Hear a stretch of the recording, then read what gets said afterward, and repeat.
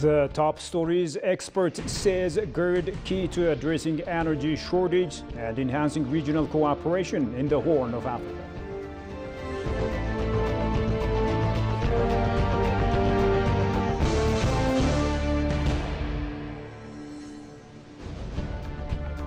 And the Ministry of Agriculture, in collaboration with MasterCard Foundation, creating new entrepreneur opportunities for the youth.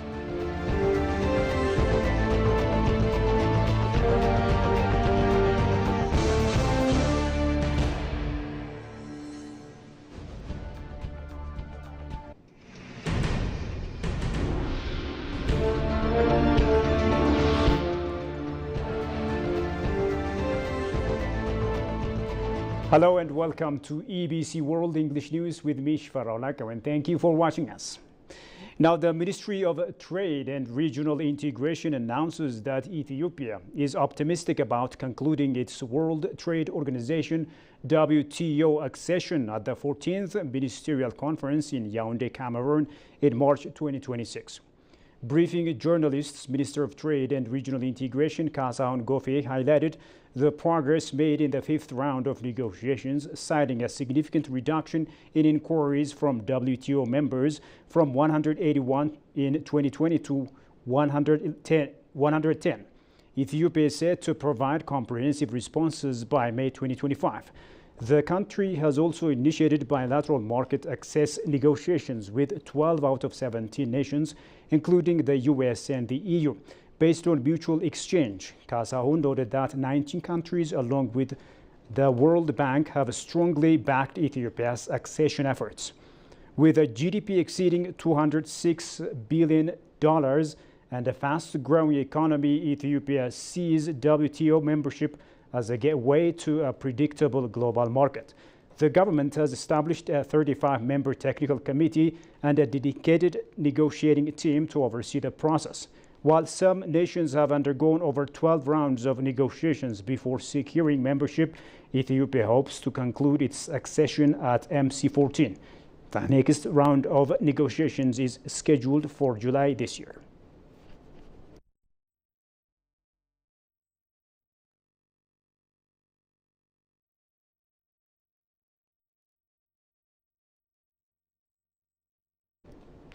Ethiopia's Minister of Agriculture, Girma Amanté, and Danish Ambassador to Ethiopia, Sun Rogstrap, held high-level discussion on expanding the Agricultural Commercialization Cluster ACC program, which aims to enhance agricultural productivity and market access for smallholder farmers. The discussion focused on the second phase of the program led by Ethiopia's Agricultural Transformation Institute with continued support from Denmark. Girma thanked Denmark for its key role in the first phase, which boosted value chain development and rural livelihoods. The Danish ambassador highlighted the program's impact in targeted regions and reaffirmed Denmark's commitment to Ethiopia's agricultural transformation. The first phase rolled out in Tigray, Amhara, Oromia, Sidama, Southwest Ethiopia, South Ethiopia, and Central Ethiopia.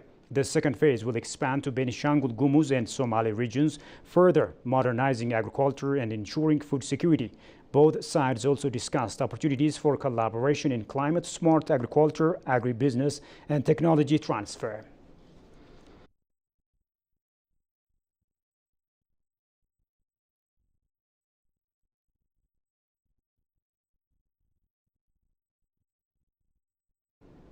Moving on, Ethiopia's Minister of Water and Energy, Engineer Habtamu Ittefa, met with Algeria's Minister of Energy, Mines and Renewable Energy, Mohamed Arkab, to explore avenues for collaboration in the energy sector. During the discussion, Minister Habtamu emphasized the strong bilateral cooperation between Ethiopia and Algeria on regional and international matters. He highlighted Ethiopia's pivotal role in enhancing power connectivity across East Africa and invited Algerian energy companies to invest in Ethiopia's energy sector through upcoming international tenders. Arkab reaffirmed Algeria's interest in Ethiopia's energy landscape, noting that Algerian firms specializing in energy production and distribution are eager to participate. He also expressed Algeria's commitment to supporting capacity-building initiatives for Ethiopian energy professionals. Arkab held discussions with Ethiopia's Minister of Mines, Habtamu Tagany, to strengthen mining sector cooperation. He also met with Minister of Trade and Regional Integration, Kasaun Gofe, further strengthening economic ties between the two countries.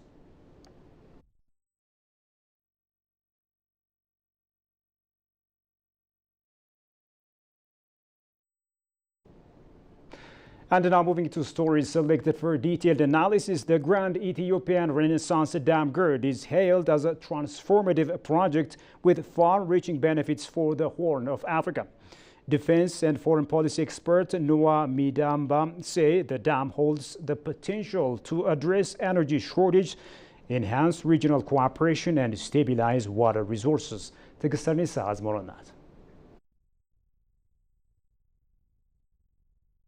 The Grand Ethiopian Renaissance Dam Gerd is expected to have several positive impacts on the Horn of African region, including increased hydropower generation, improved water supply reliability for irrigation, and enhanced regional cooperation, while also potentially mitigating some environmental challenges. Talking to EBC World at this dialogue, Professor of Defense and Foreign Policy Noah Midamba stressed that the Horn region encountered multifaceted challenges that Gerd remains to be a beacon of hope in alleviating a number of those problems in the region. And so we have an instability. The Grand Renaissance Dam will be one of the key points of stability in the area.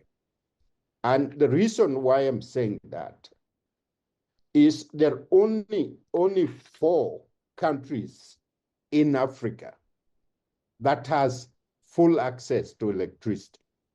Electricity is key to development of modern world. So you're looking at Egypt that has 100% supply of electricity or power. You're looking at Algeria, you're looking at Morocco, you're looking at Tunisia. All of them are on the north half of Africa. In fact, when you look at the geo-global map at night, those are the only areas that are late, and then, of course, the southern tip of Africa. And the rest of Africa are dark at night. And so the issue of this dam is so crucial to the region, the African development, that it must be treated so. It must be respected. It must be continued to be molded so that it will support over 400 million people along the Nile Valley. He has further highlighted that the African Union has to give priority to the issues of Gerd. The outside world like to come in to Africa and interfere. I maintain that the Djibouti candidate, as good as he was on foreign relations, he comes from broker country. Djibouti is broken. Everybody is in Egypt, in Djibouti, whether it's America, whether it's China, whether it's the Middle East, everywhere. There's a broker country. Who's going to take care of the interests of Africa, the sub-Saharan Africa? Who is going to speak for them? Who is going to value what we are about? That we all have the right on this continent to live along with each other. So the AU need to take a very clear stand. Need to take a very clear stand on the issue of the Renaissance Dam, one of the top priority. But I doubt very seriously that the chairman from Djibouti is going to stick his neck out in order to deal with that situation. That's the reason I had doubt when it came over, and of course everybody was support, but he had a lot of international support. What about the sub-Saharan Africa? What's the future of the continent? And so people need to sit down seriously and start talking and taking a stand on what is right and then do away with all issues that is going to create problems for. GERD can help stabilize water flows in the Nile River, potentially leading to more reliable water supplies for irrigation and other uses in Sudan and Egypt. The GERD has far-reaching, diverse positive implications that may include altering economic problems, political disorder, unemployment, and security issues in the region. And finally, in a transformative initiative, youth employment in Ethiopia is thriving through apiculture, sericulture, and allied value chains, changing the lives of thousands of entrepreneurs. The Director General of the International Center of Insect Physiology and Ecology says these sectors are key to unlocking economic potential for the youth. The Ministry of Agriculture has also praised the collaboration between the MasterCard Foundation and the center, highlighting its alignment with Ethiopia's Bounty of the Basket initiative. Shagamat Vazmoronat.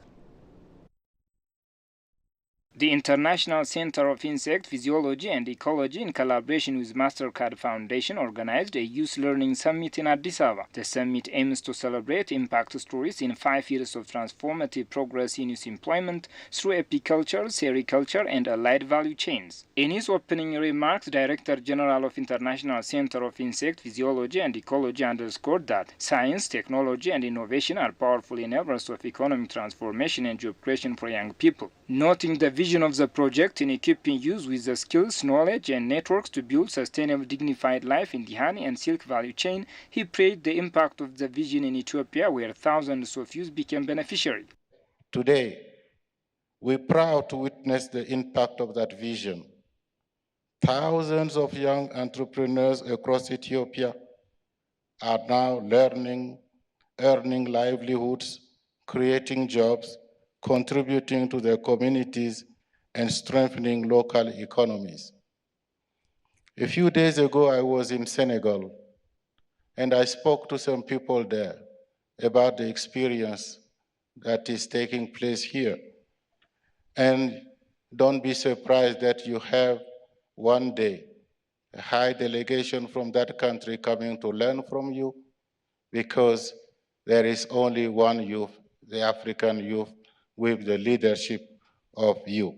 Country Director of MasterCard Foundation in Ethiopia, Mafti Tadessa, for her part indicated that the Young Africa Work Strategy was launched in 2019 to enable about 10 million young men and women to secure dignified life by 2030. She indicated that while remarkable results have been made to secure jobs for youth, but a lot remains to be done. To date, our programs in Ethiopia have reached about 7.2 million young people through work-enabling activities, enabling 3.1 million young people, of which 61% to be women, to access work opportunities. Though we have progressed towards our goal, much work remains ahead. With our current partnership and other partnerships in the pipeline, we believe we will be able to reach our 10 million number by 2030. But I think the ambition of me and my team is actually to go beyond that 10 million by 2030.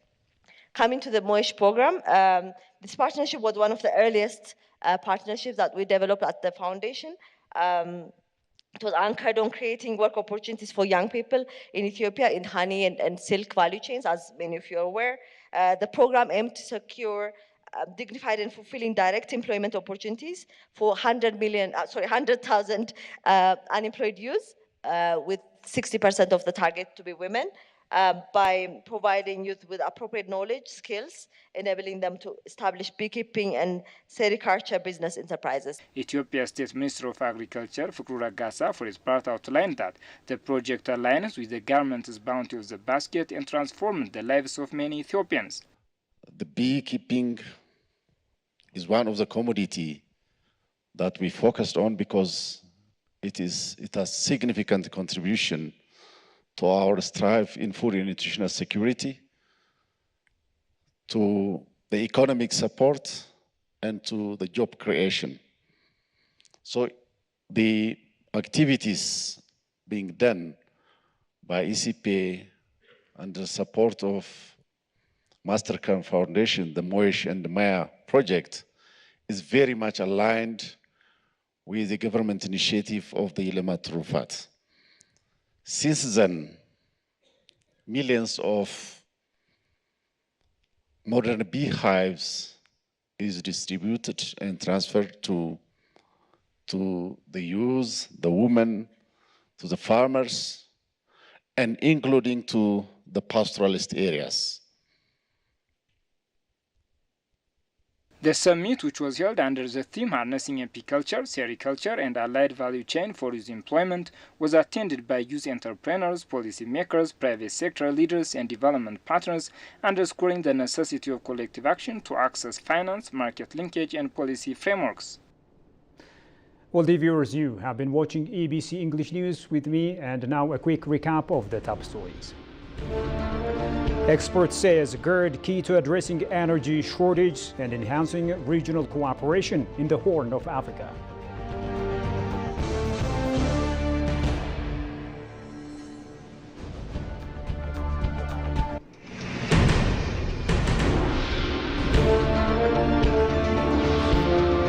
And the Ministry of Agriculture, in collaboration with MasterCard Foundation, creating new entrepreneurial opportunities for the youth. Well, dear viewers, that brings us to the end of today's news. Many thanks for watching us. Bye-bye.